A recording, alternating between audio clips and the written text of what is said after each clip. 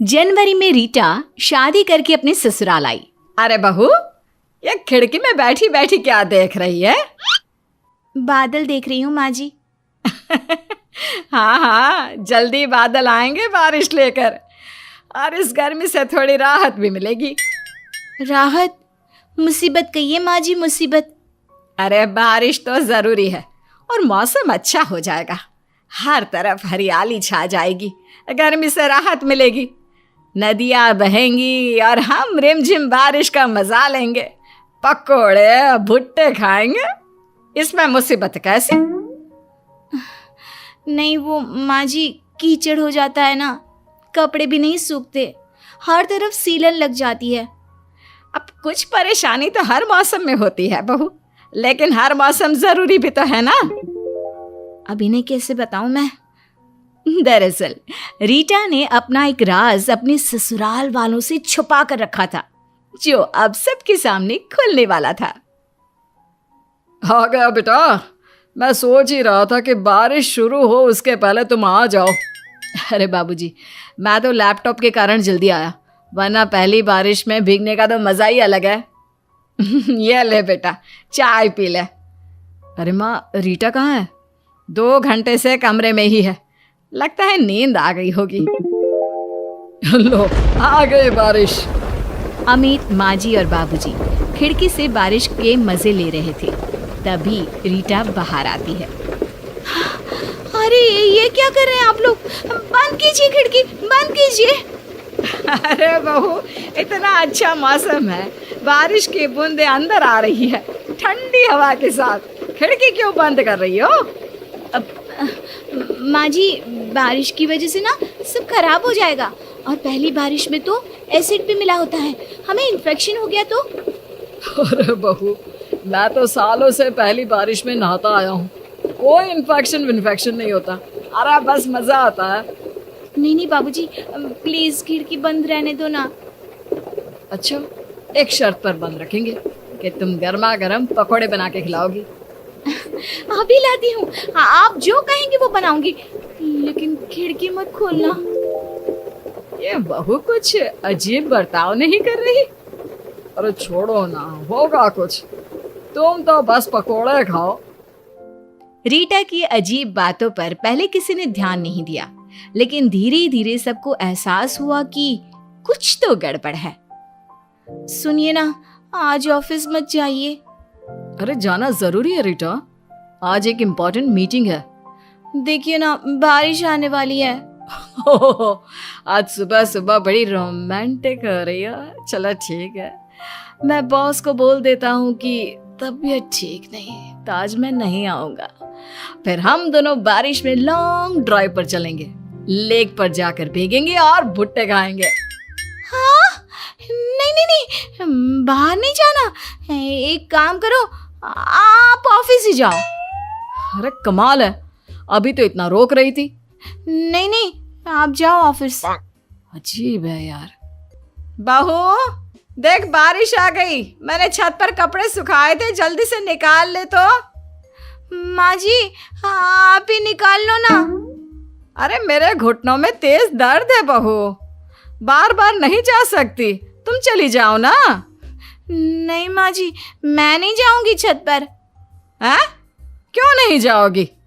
अरे तुम दोनों की बहस में सारे कपड़े भीग जाएंगे, तुम दोनों रहने दो, मैं ही ले आता हूँ। अरे लेकिन ये क्यों नहीं जा रही? प्लीज माँ जी, बाबूजी को जाने दो ना, मैं आप दोनों के लिए चाय बनाती हूँ। अब सबको शक हो गया था कि रीटा कुछ छुपा रही है। तुम सही कह रही हो माँ, मैंने भी नोटिस किया है कि रीटा कुछ दिनों से अजीब बर्ताव कर रही है। अरे वही तो, जो बहू कभी मुश्किल से मुश्किल काम में भी ना नहीं बोलती, वो अचानक चौराहे से सब्जी लाने, छत से कपड़े उतारने जैसे छोटे छोटे कामों के लिए भी ना बोलने लगी है। कुछ तो गड़बड़ है अमित। हाँ माँ, लेकिन क्या वजह हो सकती है? मैंने एक चीज देखी है, बहू का बर्ताव उस दिन से बदला है जिस दिन बादल आए और बारिश शुरू हुई। अरे हाँ, सही कह रहे हैं आप। हाँ, बाहर या छत पर जाने से मना करना, खिड़की का ना खोलने देना, बिजली की आवाज सुनकर बेडरूम में बंद हो जाना। हो ना हो रीटा बारिश से डर रही है। लो, बारिश से भी कोई डरता है भला? अरे जरूर कोई वजह होगी इसके पीछे, लेकिन वो वजह हमें कैसे पता चलेगी? वो वजह हमें खुद बहू बताएगी। लेकिन कैसे? अभी बताता हूँ, इधर आओ। बाबूजी का आइडिया दोनों को सही लगा। हाँ, ये काम कर सकता है। तो लगाओ आवाज। बाहू सुनो। हाँ माँ जी। तुम्हारी शादी से पहले मैंने मन्नत मांगी थी कि शादी अच्छे से हो जाए तो मैं तुम दोनों के हाथों से मंदिर में पूजा करवाऊंगी। शादी के बाद मैं तो भूल ही गई, अभी याद आया। तो तैयार हो जाओ, तुम दोनों को मंदिर जाना है। अभी तो बारिश हो रही है माँ जी। अरे जरा सी बारिश ही तो है, और तुम्हें कार में ही तो जाना है। लेकिन माँ जी, पहले ही बहुत देर हो गई है मन्नत पूरी करने में। आज याद आया है तो हमें देर नहीं करनी चाहिए बहू, आज ही जाना होगा। सॉरी बाबूजी, लेकिन मैं बारिश में नहीं जाऊंगी। क्यों बहू? वो नहीं बता सकती, बस मैं बाहर नहीं जा सकती। अरे लेकिन मन्नत पूरी नहीं की तो अपशगुन हो जाएगा ना बहू। मैं नहीं मानती अपशगुन में। तुम मेरे माँ बाबूजी की बात मानने से मना कर रही हो। आप प्लीज समझने की कोशिश करो ना। समझना तो तुम्हें। अगर तुम मेरे माँ बाबूजी की बात नहीं मानोगी तो इस घर में तुम्हारी कोई जगह नहीं। मैं अभी तुम्हारे पापा को फोन करके कहता हूँ कि तुम्हें ले जाए। ऐसा मत कीजिए, मैं माँ बाबूजी की इंसल्ट नहीं कर रही। मेरी कुछ मजबूरी है। तो बताओ ना क्या मजबूरी है, वरना अमित लगा इसके पापा को फोन। ठीक है, बताती हूँ। बात तब की है जब मैं 10 साल की थी। मम्मी पापा घर के पास वाले मार्केट में गए थे।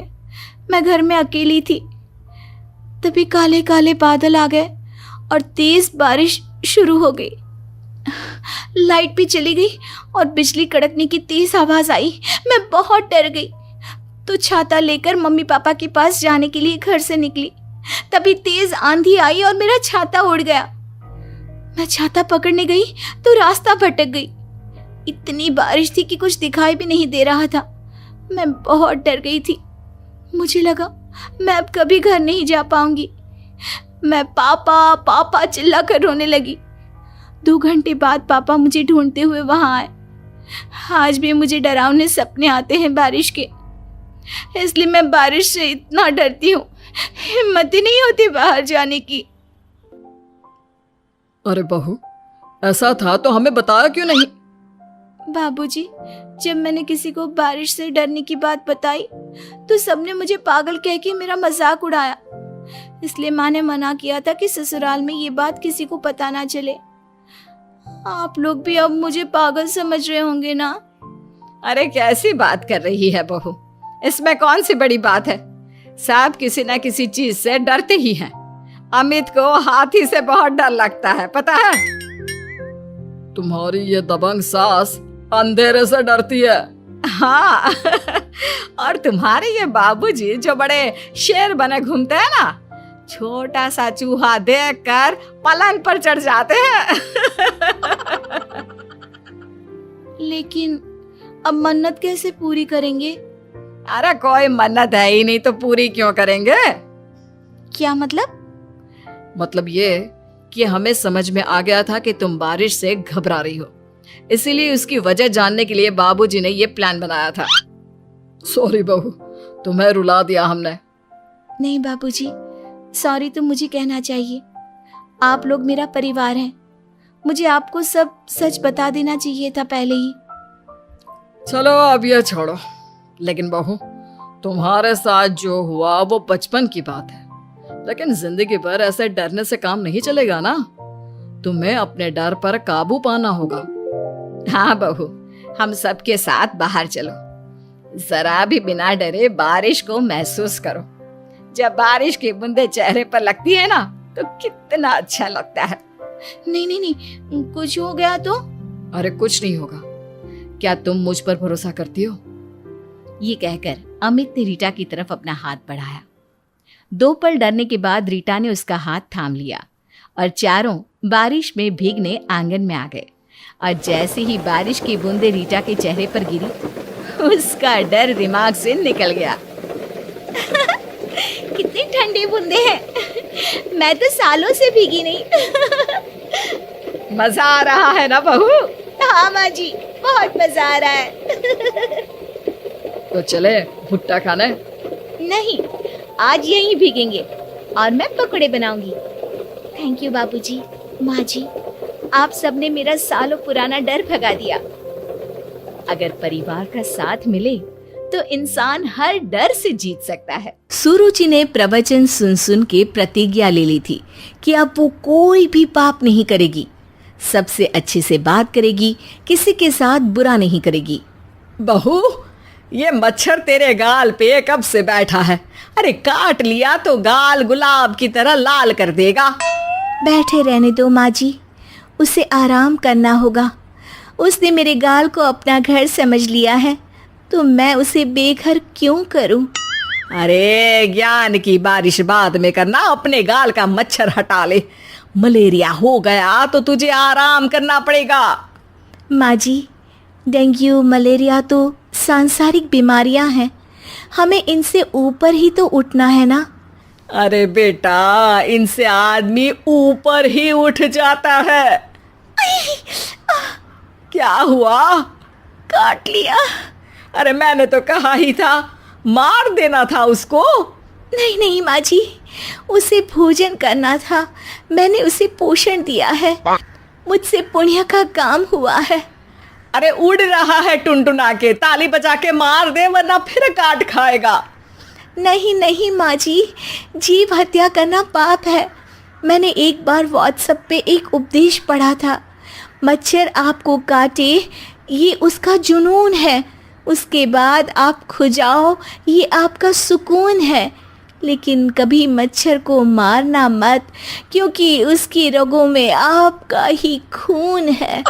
अरे तू और तेरा व्हाट्सएप का ज्ञान, भगवान बचाए। सुरुचि की ये पुण्य करने की आदत से कई बार सुरुचि का नुकसान होता, लेकिन फिर भी वो पाप से दूर रहती। सुरुचि, मेरे सर में जुएं हो गई है, निकाल दोगी? कोई आपको अपने घर से निकाले, आपको अच्छा लगेगा क्या? अरे लेकिन परेशान करती हैं जुएं, दिन भर सर खुजाता रहता हूँ। देखो, इसी बहाने तुम्हारे सर की चंपी हो जाती है। तुम्हें तो जुओं को थैंक यू कहना चाहिए। तभी बाहर से ससुर जी की आवाज आती है, बहू बहू। अभी आई बाबूजी। बेटा सुनो, ये देखो चाय में ना मक्खी तैर रही है, दूसरी चाय ले आओ जाओ। ला दूंगी, पर मक्खी मत हटाइएगा। अरे क्यों बेटा? मक्खी चाय का सेवन कर रही है, अच्छा थोड़ी ना लगेगा। आप बीच में अडंगा डाल देंगी तो आपको अच्छा लगेगा क्या अगर कोई आपकी चाय छीन ले? अरे पर निकालूंगा नहीं तो मक्खी मर जाएगी बेटा। नहीं नहीं बाबूजी, आप उसे पीने दीजिए, पीकर उड़ जाएगी। लेकिन बाबूजी मक्खी के साथ ही चाय पी जाते हैं। ये क्या किया बाबूजी? अरे मक्खी सिर्फ चाय ही क्यों पिए, आज सुबह मैंने मिठाई भी खाई है, पेट में ही है, वो पेट में चाय भी पीती रहेगी और मिठाई भी खाती रहेगी। सुरुचि को समझ में नहीं आता कि वो बाबूजी के इस कारनामे पर क्या जवाब दे। वो सास के पास जाती है। सास के हाथ में एक खटमल मारने की दवाई है। माँ जी, आपके हाथ में ये क्या है? अरे बेटा, तू तो बीए पढ़ी है, इतना तो पढ़ने में आया ही होगा कि ये खटमल की दवाई है। माँ जी, आप क्यों मार रही हैं खटमल? मत मारिए माँ जी, आप अपनी नींद के लिए खटमलों को हमेशा के लिए सुला देना चाहती हैं। अरे अब चुप भी हो जाओ देवी, पुरानी दवाई है, एक्सपायर हो गई है, फेंकने जा रही हूँ, नहीं मार रही हूँ खटमल। और वैसे भी खटमल से ज्यादा तो तूने हमारी नींद हराम कर रखी है। माँ जी, पुण्य करना चाहिए, आपको तो ज्यादा करना चाहिए, आपकी तो उम्र भी हो रही है। अरे उम्र से याद आया, बैंक में जाकर जन्म तारीख सही करवानी है, तैयार हो जा, कल स्कूटी चला के ले जाना मुझे। अगले दिन सास घर से निकलने से पहले दही शक्कर खा रही है और जल्दी जल्दी में हाथ नहीं धोती। बहू स्कूटी निकालती है और सास ताला लगाती है। ताला लगाते वक्त शक्कर के दाने ताले पे रह जाते हैं और दोनों सास बहू हड़बड़ी में घर से बाहर निकल जाती हैं। अच्छा हुआ कि तेरी स्कूटी में सेल्फ स्टार्ट है, वरना तू तो बोलती कि मैं किक नहीं मारूंगी। किक मार दी तो पाप लगेगा। माँ जी, इस तरह मजाक करना भी पाप होता है। दोनों सास बहू बैंक पहुंचती हैं। अभी लंच टाइम है, बाद में आना। अरे भाई साहब सुन तो लो, करवाना क्या है? अरे जन्म तारीख बदलवानी है, कैसे बदलेगी? अब किसी और तारीख को पैदा हो जाओ। यही चुटकुला आप अपने मैनेजर को भी सुना पाओगे ना? वो भी हंस ले थोड़ा। अभी बुलाती हूँ। अरे अरे रुकिए रुकिए, ये फॉर्म भरिए और आधार कार्ड दीजिए। अरे राम रे, आधार कार्ड तो भूल ही गई, उसके बिना तो नहीं होगा। अरे बहू जा घर से जल्दी से मेरा बटुआ उठा ला, उसमें मेरे सारे कार्ड रखे हैं। जा जा जल्दी लेकर आ, वरना बैंक बंद हो जाएगा और कल मुझे अपनी बहन के यहाँ भी तो जाना है ना। जी माँ जी, अभी गई और अभी आई। अरे रुक, चाबी तो लेकर जा घर की। बहू जल्दी से घर पहुंचती है, लेकिन घर पहुंचते ही देखती है कि ताले पे बहुत सारी चींटियां हैं, जो माँ के ताला लगाते वक्त हाथ से ताले पे शक्कर छूट जाने के कारण आ गई थी। चींटियां, हट जाओ, मुझे आधार कार्ड निकालना है। बहू चींटियों को हटाती नहीं है, उनसे मिन्नतें करने लगती है। सुनो, हट जाओगी तो और भी शक्कर के दाने खिलाऊंगी। अभी सास का काम बहुत ज़रूरी है, मेरी बात सुन लो, मान लो। मैंने तुमको हटाया तो पाप हो जाएगा। चींटियाँ कैसे सुरुचि की बातें सुनती जब घर में ही उसकी कोई नहीं सुनता था। शाम हो जाती है पर चींटियाँ हटती नहीं है। तभी सास वहाँ ऑटो से आ जाती है। अरे कहाँ रह गई तू? बैंक भी बंद हो गया। माँ जी, ताले पे चींटी। सास पूरा माजरा समझ जाती है और बहू से कहती है, एक बात बता, सोच के देख, अगर मुझे खून की बोतल चढ़ानी पड़ी और उस पर चींटी बैठी हो, तो बोतल से चींटियों को हटा के मुझे बचाएगी या चींटियों को वहीं बैठा रहने देगी? माँ जी, ऐसा होगा ही नहीं। अरे चींटियों को तो मीठा पसंद होता है, खून की बोतल पे तो मच्छर आएगा, क्योंकि खून तो मच्छर पीता है। सास सर पकड़कर बैठ जाती है और रोने लगती है। तभी ससुर जी और सुरुचि का पति भी वहाँ आ जाता है। अरे रो क्यों रही हो? रहने दो जी, तुमको बताया तो तुम भी रोने लगोगी अपनी किस्मत पर। अगले दिन सास अपनी बड़ी बहन के यहाँ चली जाती है। पति अपना काम कर रहा होता है और सुरुचि उसके पास जाकर कहती है, ये जुएं ख़त्म करने की दवाई है, मैं मालिश कर देती हूँ। अरे लेकिन तुमको पाप नहीं लगेगा? अपनों की खुशी के लिए अगर छोटे मोटे पाप करने पड़े तो वो पाप अच्छे हैं जी। प्रीति की नई नई शादी हुई थी। उसका पति अक्षय विदेश में नौकरी करता था। प्रीति का रहन सहन सादगी भरा था। इस वजह से उसकी सास हमेशा उसे दूसरी बहुओं के मुकाबले कम आंकती थी और उसे बिल्कुल पसंद नहीं करती थी। ये ले। माँ जी, मुझे मत मारिए। आज तेरी वजह से मोहल्ले की सभी औरतें मेरा मजाक उड़ा कर गई है। आज तो मैं तेरी हड्डी पसली एक कर दूंगी। एक काम ठीक से नहीं होता तुझसे नाश पिटी। अरे तुझे तो कपड़े पहनने का भी सहूर नहीं है, पता नहीं किस जंगल से उठ कर आई है। अब इसमें मेरी क्या गलती है माँ जी? मैं तो हमेशा से इसी तरह से रहती आई हूँ। अरे मोहल्ले की जरा दूसरी औरतों की बहुओं को देख, कितने सलीके से रहती है, और एक तू है करम जली। ये ले, ये ले। आप जैसा कहेंगी मैं वैसा करूंगी, मुझे और मत मारिए माँ जी। अरे तेरा कुछ नहीं हो सकता। जा, रसोई घर में सुबह से बर्तन पड़े हैं, जाकर धो। मैं पड़ोस में जा रही हूँ, विमला की बेटी को लड़के वाले देखने आने वाले हैं। इस तरह अपनी बहू को डांट टपट के मिथिला वहां से चली जाती है। दूसरी तरफ जब भी अक्षय फोन पर प्रीति का हालचाल पूछता, प्रीति हमेशा अपनी पति से झूठ बोलकर अपनी सास के करतूतों पर पर्दा डाल देती थी। इस तरह कुछ दिन बीत जाते हैं। फिर एक दिन, अरे ओ निकम्मी, जरा यहाँ आ। प्रीति जैसे ही रसोई घर में आती है, मिथिला जोर से उसके बाल पकड़कर खींचती है। ये क्या है, रसोई में खाने के लिए कुछ भी नहीं है? अरे मुझे बड़ी भूख लगी है, अब क्या खाऊं? माँ जी, आप ही तो कह कर गई थी कि आप अपनी सहेली के घर से खाना खाकर आएंगी, और आज मेरा उपवास है, इसलिए मैंने सिर्फ बाबूजी के लिए खाना बनाया था। हाँ हाँ, कह कर गई थी तो क्या हुआ? अरे तुझे तो बहाना मिल गया काम चोरी का। अरे 2 रोटियां और तवे पर सेक लेती तो तेरे बाप का क्या जाता? राशन तो मेरा लगना था। हे भगवान, कैसी बेवकूफ बहू मिली है मुझे। अरे भाग्यवान, अपनी गलती बहू पर क्यों थोप रही हो? अरे तुम ही तो कह कर गई थी कि तुम खाना बाहर से खाकर आने वाली हो। अब भला इस पे इस बिचारी का क्या कसूर है? आप तो चुप रहिए जी, अभी मेरा माथा बहुत गर्म है। आप बीच में ना ही बोले तो अच्छा होगा। आप नाराज मत होइए, मैं अभी आपके लिए खाना बना देती हूँ। हाँ चल जल्दी, खाना बनाकर मेरे कमरे में ले आ।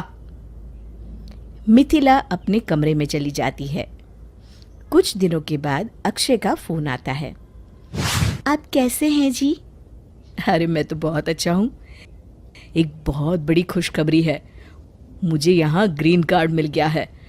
मैं चाहता हूँ कि तुम अब मेरे साथ यहाँ आकर रहो। मैंने माँ से बात कर ली है, बस अब तुम फटाफट यहाँ आने की तैयारी शुरू कर दो। अच्छा ठीक है, अब मैं फ़ोन रखता हूँ, शाम को बात करेंगे। ठीक है जी। प्रीति फ़ोन रखकर अपनी सास के पास जाती है। तभी उनकी पड़ोसी गायत्री वहाँ आ जाती है। अरे मिथिला, तेरे बेटे अक्षय का फोन आया था। तेरी बहू को विदेश बुलाना चाहता है, उसे वहाँ ग्रीन कार्ड मिल गया है, इसलिए मैं तेरी बहू के कागजात लेने आई हूँ। अब तो तेरी बहू विदेश जाकर अपनी जिंदगी मजे से गुजारेगी। मिथिला बुझे मन से कहती है, हाँ ये तो है, अपनी अपनी किस्मत है। गायत्री प्रीति के कागजात लेकर वहां से चली जाती है। अगले दिन से प्रीति देखती है कि उसकी सास कुछ खोई खोई सी रहती है, और अब वो पहले की तरह ना तो प्रीति को मारती पीटती है और ना ही उसे कुछ भला बुरा कहती है। बस सारा दिन किसी सोच में डूबी रहती हैं। उसी शाम अक्षय का फोन आता है। प्रीति, तुमने आने की सारी तैयारी कर ली है ना? सुनिए जी, मैं अपने सास ससुर को छोड़कर कहीं नहीं जाने वाली। इस बुढ़ापे में अगर मैं ही उन्हें छोड़कर चली गई तो उनकी सेवा कौन करेगा? आखिर मैं उनकी इकलौती बहू हूँ, और फिर ऐसे भी वो कमाई किस काम की जो हमें अपनों से ही दूर कर दे। आप यहाँ थोड़े पैसे कम कमाते थे, पर अपने परिवार के साथ 2 वक्त की रोटी तो सुकून से खाते थे ना जी। तुम सही कहती हो प्रीति, जब से मैं यहाँ आया हूँ मेरा मन ही नहीं लगता। हर वक्त सिर्फ घर की याद आती रहती है। अब चाहे कुछ भी हो जाए, मैं तुम लोगों के साथ ही रहूँगा। ज़्यादा से ज़्यादा क्या होगा, कम आऊँगा लेकिन सुखी तो रहूँगा। ये हुई ना बात जी। चलिए, माँ को खाना देने का वक्त हो गया है, अभी मैं फ़ोन रखती हूँ। प्रीति अपनी सास के लिए खाना लेकर जाती है। चलिए माँ जी, खाना खा लीजिए। अरे बहू, तू जाकर खा ले, मेरी इच्छा नहीं है। और बता, तेरी सब तैयारियां हो चुकी है जाने की? अरे माँ जी, आपको छोड़कर मैं कहीं नहीं जाने वाली, वरना आपकी डांटे कौन सुनेगा और आपकी हाथ की मार कौन खाएगा? मिथिला खुश होकर कहती है। क्या कह रही है बहू? तू सच में नहीं जाने वाली? हाँ माँ जी, मैं कहीं नहीं जा रही। और सबसे बड़ी खुशखबरी ये है कि अक्षय भी हमेशा के लिए वापस आ रहे हैं। चलिए अब आप खाना खा लीजिए। अरे आज तो मैं 2 रोटी ज्यादा खाऊंगी। मान गई तुझे, आखिर बहू हो तो ऐसी। शिक्षा अपने माता पिता के साथ रहने का सुख ही दुनिया की सबसे बड़ी दौलत है। किशनपुर गांव में प्राची नाम की एक औरत अपने बेटे कुणाल और बहू सुधा के साथ रहा करती थी। सुधा स्वभाव से बहुत ही कामचोर होती है और आए दिन काम न करने के नए नए बहाने बनाती रहती है, जिसकी वजह से अक्सर घर में कलह भी हो जाया करती है। अरे बहू, तुमने बर्तन क्यों नहीं किए? वो माँ जी, मेरी उंगली कट गई थी सब्जी काटते वक्त, इसलिए नहीं कर पाऊंगी। तो क्या हुआ, बर्तन तो कर ही सकती हो। नहीं ना माँ जी, सर्फ लगने से कटे हुए भाग में दर्द हो जाएगा। आज के लिए बर्तन आप ही कर लीजिए। इस तरह से सुधा रोज काम ना करने के नए नए बहाने ढूंढ ही लेती है। सुधा कुणाल के आते ही काम करने का दिखावा करती और उसके जाते ही वापस से नया नाटक करती। माँ, मुझे ऑफिस जाने में देरी हो रही है, अब जल्दी से नाश्ता दे दो। अजी, आप माँ जी को क्यों बुला रहे हैं? मैं अभी आपके लिए आलू के पराठे बना देती हूँ। अरे वाह सुधा, जब से तुम आई हो माँ को कितना आराम मिल गया है। तुम सच में बहुत अच्छी बहू हो। प्राची सुधा की इस आदत से बहुत ही परेशान होती है, मगर वो कुछ भी नहीं कर पाती। इधर सुधा काम न करने का रोज एक नया बहाना ढूंढ लेती। अब कोई ऐसा बहाना बनाऊंगी जिससे माँ जी की चिकचिकी खत्म हो जाए और वो मुझे काम के लिए बोलना ही छोड़ दे। सुधा रसोई में जोर जोर से चिल्लाने का नाटक करती है और प्राची भागी भागी उसके पास आती है। क्या हुआ बहू? पता नहीं क्या हुआ माँ जी, अचानक आंखों में कुछ चला गया, दिखाई नहीं दे रहा मुझे। अरे कैसी बातें कर रही हो? आंखों को अच्छे से धोकर मसलो ना। आंखों को बहुत बार धो लिया मैंने, मगर कुछ भी नहीं दिख रहा अभी। और इस तरह उस दिन से सुधा अंधी होने का नाटक करने लगती है और घर का सारा काम प्राची के सर आ जाता है। वो समझ भी नहीं पाती कि आखिर सुधा को हुआ क्या। इधर सुधा की ऐश हो जाती है। वो अब बिस्तर पर बैठे बैठे हुक्म चलाती रहती है। माँ जी, जरा चाय तो पिला दीजिए ना। हाँ बेटा। प्राची को शक हो जाता है कि सुधा नाटक कर रही है और वो अपने तरीके से पता लगाने की कोशिश करती है। प्राची घर में आई स्पेशलिस्ट डॉक्टर को बुलाती है। देखिए ना डॉक्टर साहब, मेरी इतनी प्यारी बहू को न जाने किसकी नजर लग गई। हुआ क्या? अरे देख ही नहीं पा रही वो तो। क्या हुआ है आपको? पता नहीं डॉक्टर साहब, कुछ दिखाई नहीं दे रहा मुझे।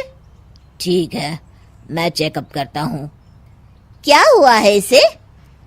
चेकअप में तो कुछ भी नहीं निकला है। इसका मतलब मेरा शक सही था, ये सिर्फ नाटक कर रही है। फिर भी डॉक्टर साहब, कोई तो इलाज होगा ना। सुधा घबरा जाती है। माँ जी, आप क्यों मेरी आंखों के पीछे पड़ गई हैं? मैं जिंदा हूँ क्या ये काफी नहीं है? आंखें भी ठीक हो जाएगी ना धीरे धीरे। नहीं बहू, तुम तकलीफ में हो ये मैं देख नहीं पा रही। डॉक्टर साहब आप देखिए ना, कोई तो इलाज होगा इसका। मुझे कोई इलाज नहीं करवाना। मेरी आंखें भगवान की मर्जी की वजह से गई है और उनकी मर्जी की वजह से वापस आ जाएगी। देखिए, मैं दवाई लिख देता हूँ और आप इनको क्लिनिक पर ले आना। डॉक्टर तो चला जाता है, मगर सुधा अपने बिस्तर से टस की मस नहीं होती और अगले कुछ दिन भी प्राची को ही काम करते रहना पड़ता है। पानी सर के ऊपर से गुजर गया है, ये ऐसे नहीं सुधरने वाली।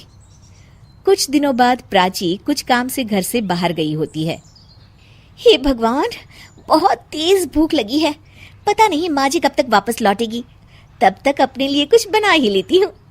सुधा कुछ बना ही रही होती है कि तभी प्राची अचानक से लौट आती है। हे भगवान, माँ जी तो बहुत जल्दी लौट आई। जल्दी जल्दी चूल्हा बुझाने के चक्कर में उसके पल्लू में आग लग जाती है और वो जोर जोर से चिल्लाने लगती है। ये आवाज कैसी? प्राची भागी भागी रसोई की तरफ आती है। अरे बहू, ये आग कैसे लगी और तुम यहाँ क्या कर रही थी? पहले मुझे बचाइए माँ जी। प्राची फटाफट उसके ऊपर एक चद्दर डाल देती है और आग बुझाती है। सुधा के अंधे ना होने का सच अब सामने आ जाता है और वो प्राची से आंखें नहीं मिला पाती। ये सब क्या है बहू? मुझे माफ कर दो माँ जी। मुझे तुम पर शक पहले से ही था बहू, मगर काम चोरी इस कदर भी ना करो कि खुद को ही नुकसान हो जाए। ये हमारे घर का ही तो काम है ना बहू। अब और शर्मिंदा मत कीजिए माँ जी, मैंने आपको इतना तंग किया हमेशा, फिर भी आपने मेरी जान बचाई। कोई बात नहीं बहू, सुबह का भूला अगर शाम को घर लौट आए ना तो उसे भूला नहीं कहते। चल अब अपने हाथ की चाय तो पिला दे जरा। जी माँ जी। सुमन और ऋषभ एक दूसरे से बहुत प्यार करते हैं, जिस पर वो अपने अपने घर में शादी की बात करते हैं। माँ, मैं ऋषभ से शादी करना चाहती हूँ। अरे बेटा, तुमने तो हमारा खूब नाम रोशन किया है। अगर तुम खुश हो तो हमें कोई दिक्कत नहीं है। जहाँ सुमन के घर में सब कुछ सुलझा होता है, वहीं दूसरी तरफ ऋषभ अपने घर की पहेलियां सुलझाने में लगा होता है। पापा, सुमन बहुत संस्कारी और अच्छी है। आहा, जरूर आशिकी करती है और संस्कारी। वाह जी वाह। माँ, तुम ही बोलती हो सबके साथ प्यार से रहना हमारे संस्कार है। अरे ठीक है, एक बार। क्या एक बार? आप तो चुप ही रहिए। पैसे देखकर हमारे सीधे साधे लड़के को फंसा लिया। माँ, सुमन एमएलए है, उसे इन पैसों की कोई जरूरत नहीं है। ऋषभ की बात सुनकर पूरा परिवार हैरान रह जाता है। अरे क्या बात है देवर जी, आपने तो सीधा असेंबली में ही डाका मार दिया। वैसे एमएलए बहू के आने से सबके बीच मेरा तो रुतबा बढ़ जाएगा। सादा बुरा नहीं है। अरे ठीक है, एक बार मिल लूंगी। अगर मुझे इम्प्रेस नहीं कर पाई ना तो एमएलए हो या प्रेसिडेंट रिजेक्ट कर दूंगी, समझे? अगले दिन सबकी मीटिंग फिक्स हो जाती है, जिसमें सुमन ऋषभ के घर वालों से मिलने उसके घर आती है। एमएलए तो बन गई, पढ़ाई लिखाई कितनी की है? जी, ऑक्सफोर्ड यूनिवर्सिटी से बिजनेस एडमिनिस्ट्रेशन। ऑक्सफोर्ड ठीक है। खाना बनाना आता है क्या? आंटी जी, वो तो नहीं। अरे कुछ नहीं होता, मैं हूं ना, सब संभाल लूंगी। अरे अपने आप को तो संभालना आता नहीं, इसे संभालने चली। और तुम इसकी बातों से खुश मत होना। इस घर की बहू तभी बनोगी जब मैं अप्रूवल दूंगी। हाँ। ऋषभ की मम्मी ये सब बोल ही रही होती है कि सुमन का फोन बजने लगता है, जिसे सुनने के लिए वो उनसे थोड़ी दूर चली जाती है। देखा कैसे डर गई। तभी उन्हें सुमन की आवाज सुनाई देती है। अबे ओए, गुंडा होगा तू अपने एरिया में, मेरे सामने ये शनपट्टी दिखाई ना तो हाथ पैर तोड़कर मुंह में दे दूंगी। कान और दिमाग के सारे पर्दे खोल कर सुन ले। अगर पब्लिक को परेशान करना बंद नहीं किया तो अपनी जिंदगी पर पछताएगा। जब तक मैं इस बकवास इंटरव्यू को निपटा कर वहां पहुंचूं, अपने चेलों के साथ सटक ले। अगर दिखाई भी दे दिया तो देखने लायक नहीं छोड़ूंगी। सुमन की बातें सुनकर पूरे घर के रोंगटे खड़े हो जाते हैं और ऋषभ की मम्मी तो पूरी की पूरी ही खड़ी हो जाती है।